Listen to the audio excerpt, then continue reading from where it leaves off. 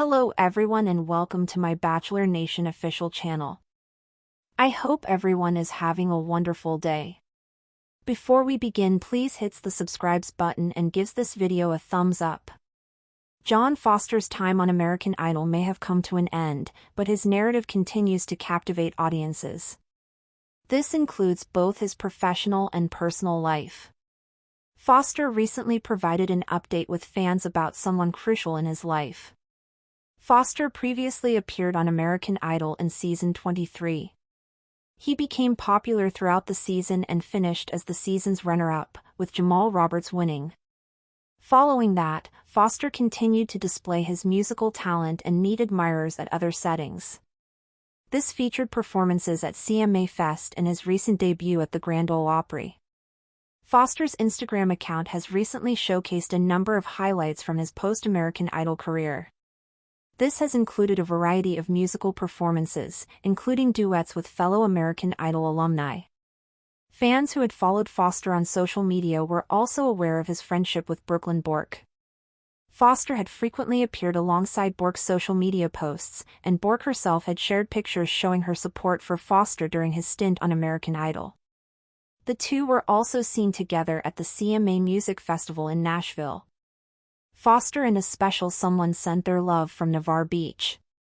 Foster recently posted an update on Instagram featuring him and Bork from the Sunshine State. In the photo, the two are seen laughing cheek to cheek on the beach, with the blue-green ocean in the background. Fans expressed their affection for the country singer as he and Bork enjoyed the Florida beach. A few residents even expressed their delight to see the couple visit the state. When John Foster stood under the bright lights of the American Idol finale stage, heart pounding and eyes fixed on Ryan Seacrest's face, the outcome seemed almost irrelevant. Win or lose, his life had already changed. Still, when Jamal Roberts was declared the winner of season 23, a polite smile crossed John's face while the roar of the audience drowned out his thoughts. He clapped for Jamal, a friend, a fellow competitor, and a deserving champion, but inside, he was already moving forward. John had no plans of fading into the background. His narrative, his voice, and his dreams were only just beginning to stretch their legs. The morning after the finale, the hotel room was quiet except for the distant sound of traffic beyond the downtown Los Angeles skyline. John scrolled through hundreds of notifications on his phone, messages from fans, texts from fellow contestants, and, most importantly, a photo from Brooklyn Bork. She had stayed up watching the finale from her hometown in Louisiana, sending him a simple message: "You were always my winner." That single sentence lit something inside John that hadn't gone dim through the whirlwind of the show, a feeling more powerful than any standing ovation. Brooklyn had been there from the beginning, watching rehearsals, voting every week, flying out for tapings when she could. The bond they shared wasn't built for the cameras. It was quiet and steady, like a river that carved its course long before anyone noticed its presence.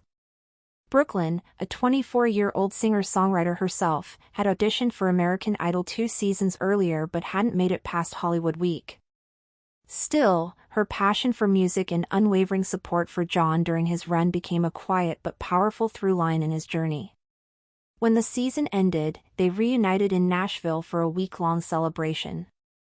It was their first stretch of uninterrupted time since his life had gone into fast-forward mode.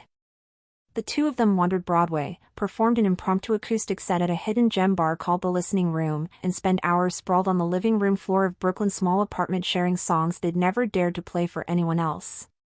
That week birthed more than just intimacy, it laid the foundation for a new chapter. John's team had already been in talks with managers and record labels, but he made one thing clear: he didn't want to be molded into someone else's vision of a country star. He had a voice, both literal and metaphorical, and he intended to use it. "I want people to know me. Not a polished version, not a shadow of someone else. Me," he told Brooklyn one night as they looked out over the Cumberland River, hands interlocked.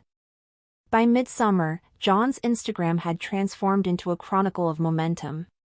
He shared behind-the-scenes moments from recording sessions, clips of him writing at 2 a.m. in the studio, and teasers of upcoming collaborations.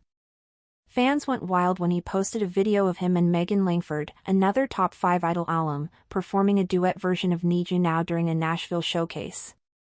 The chemistry was undeniable, vocally speaking, but it was the caption that fans latched onto. No one sings like Megan. Honored to share the stage with her. Still, there's only one voice that calms my storm at the end of the day, and she's not pictured here. The comment was subtle, but it sparked renewed interest in his relationship with Brooklyn. The two had made no official announcements, but eagle-eyed fans had already spotted matching bracelets, shared Spotify playlists, and the unmistakable glow of two people falling deeper in love. When the two appeared together at CMA Fest that June, the speculation turned into confirmation. Brooklyn wore a turquoise dress and black boots, and John, in a simple white tee and jeans, pulled her up on stage during a solo set and sang a few verses of Forever and Ever, Amen with her. The moment exploded on TikTok and quickly made the rounds on fan accounts. Their affection wasn't performative. They didn't need grand gestures or declarations.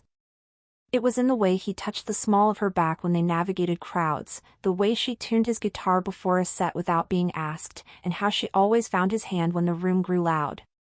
Fame had a way of pulling people apart, but somehow, John and Brooklyn only grew closer.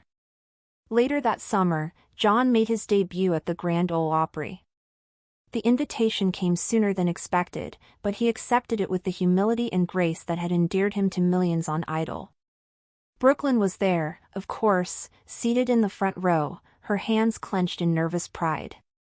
As John stepped into the iconic circle on stage, he looked toward her before singing his opening number, a song he had written during his Idol journey titled Smoke and Stardust. It was a song about resilience, heartbreak, and the strange beauty of not winning. "I didn't need a trophy to find gold," he sang, his eyes locked on hers.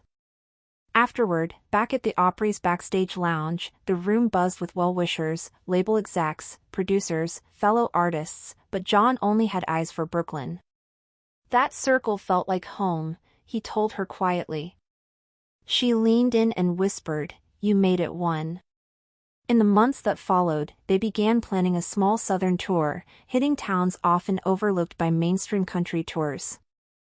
"I want to bring music to places where people feel forgotten," John explained during a Q&A livestream. Brooklyn joined him on several stops, and during one magical night in Gulf Shores, they performed an original duet titled Saltwater Soul, which quickly climbed digital charts after fans begged them to release it officially. Their trip to Navarre Beach in the fall of that year became more than a vacation. John had needed a break after a string of press appearances and recording sessions, and Brooklyn suggested they disappear for a bit.